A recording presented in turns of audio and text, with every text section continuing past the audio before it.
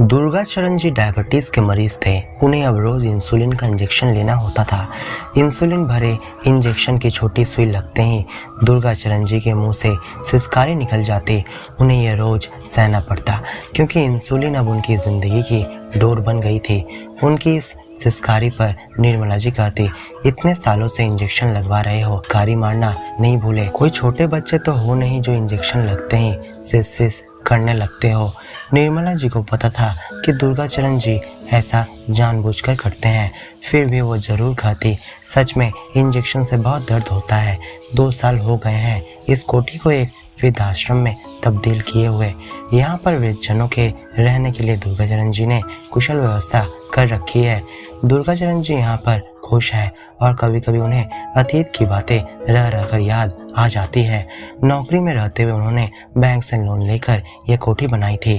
बेटे को पढ़ाने के लिए मेडिकल कॉलेज में भी दाखिला दिलवाया था। डॉक्टर बनने के बाद उसकी पोस्टिंग गुवाहाटी में हुई थी। बेटी नैना पति वो बच्चे के साथ बहुत खुश थे।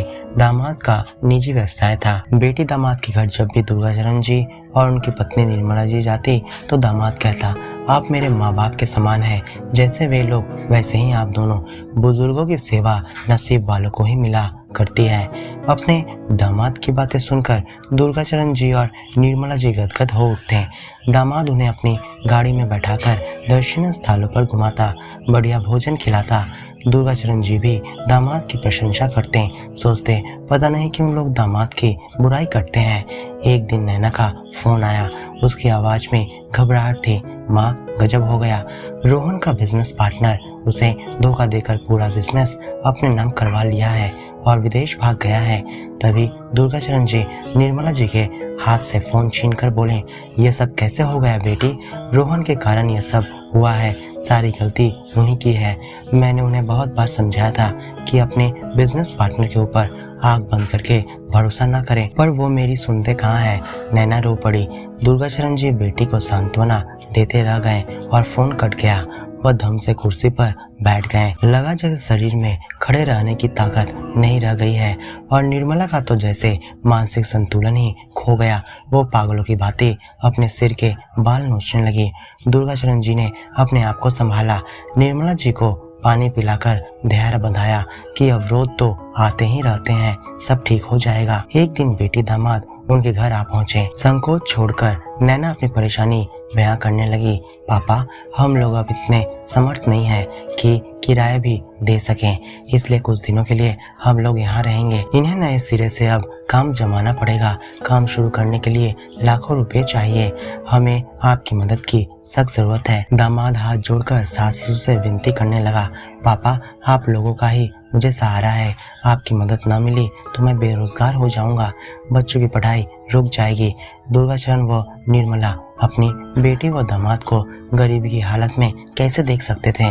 दोनों सोच विचार करने बैठ गए। फैसला यह लिया गया कि बेटी दामाद की सहायता करने में हर्जी क्या है। ये लोग सहारा पाने और कहाँ जाएंगे, अपने ही काम आते हैं। यह सोचकर दुर्गाचरण ने बैंक से 25 लाख रुपए निकालकर दामाद के हाथों में थमा दिया। दामाद ने उनके पैरों पर गिरकर कृतज्ञता जाहिर की और कहा कि वो इस रकम को साल भर के अंदर ही वापस लौटा देगा। दुर्गाचरण जी को रकम देने का कोई मलाल नहीं था। उन्हें भरोसा था कि दामाद उनकी रकम को लेकर जाएगा कहाँ, कह रहा है तो लौटाएगा अवश्य। फिर उनके पास जो कुछ भी है बच्चों के लिए ही तो है। बच्चों की सहायता करना उनका फर्ज है। दामाद उन्हें माँ बाप के समान मानता है तो उन्हें भी उसे बेटे के समान मानना चाहिए। अपना फर्ज पूरा करके दंपति राहत का आवाज कर रहे थे। बेटे निखिल का फोन आया तो बाबूजी ने उसे सब कुछ स्पष्ट रूप से बता दिया। बेटे ने प्रत्युत्तर में कहा, आप लोगों ने अपने खून पसीने की कमाई दामाद को दे डाली। ये भी नहीं सोचा कि उन रुपयों पर आपके बेटे का भी हक बनता है। बेटे की बात सुनकर दुर्गाचरण हक के बक्के रह गए। वह स्वयं को संयत करके बोले, उन लोगों को रुपयों की सख्त जरूरत थी। फिर उन्होंने रुपया उधारी तो लिया है, ब्याज सहित चुका देंगे। आपने रुपये उधार दिए हैं, इसका कोई सबूत आपके पास है? आपने उनके साथ कानूनी लिखा पढ़ी करा ली है? वे क्या पराये हैं जो कानूनी लिखा पढ़ी कराई जाती? वो सबूत रखे जाते। पापा आप भूल रहे हैं कि रुपया किसी भी इंसान का ईमान डिगा सकता है। मेरा दामाद ऐसा इंसान नहीं है। दुर्गाचरण जी बोले, नैना भी तो है, वो क्या दामाद को बेईमानी करने देगी? यह तो वक्त बताएगा कि वे लोग बेईमान हैं या ईमानदार। पर पापा आप यह मकान मेरे नाम कर दें, कहीं ऐसा ना हो कि आप बेटी दामाद के प्रेम में अंधे होकर मकान भी उनके नाम कर डालें।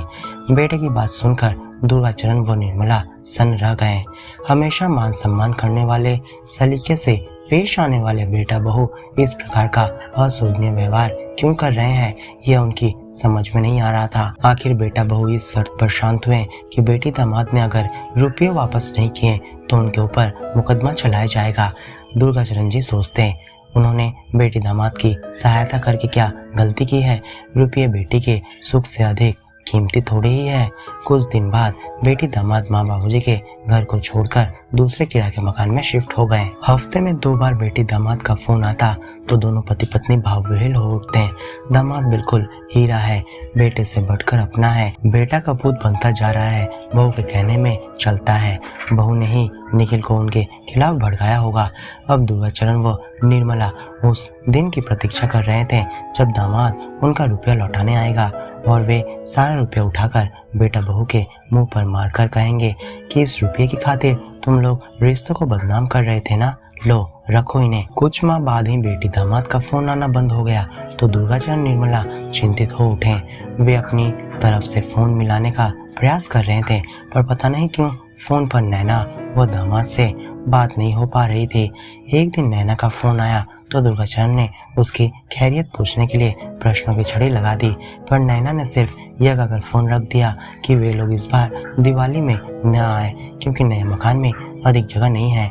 दुर्गाचरण जी बेटी से ढेरों बातें करना चाहते थे, दामाद के व्यवसाय के बारे में पूछना चाहते थे, अपने रुपयों की बात करना चाहते थे, पर नैना ने कुछ कहने का मौका ही नहीं दिया। बेटी दामाद की इस बेरुखी का कारण उनकी समझ में नहीं आ रहा था।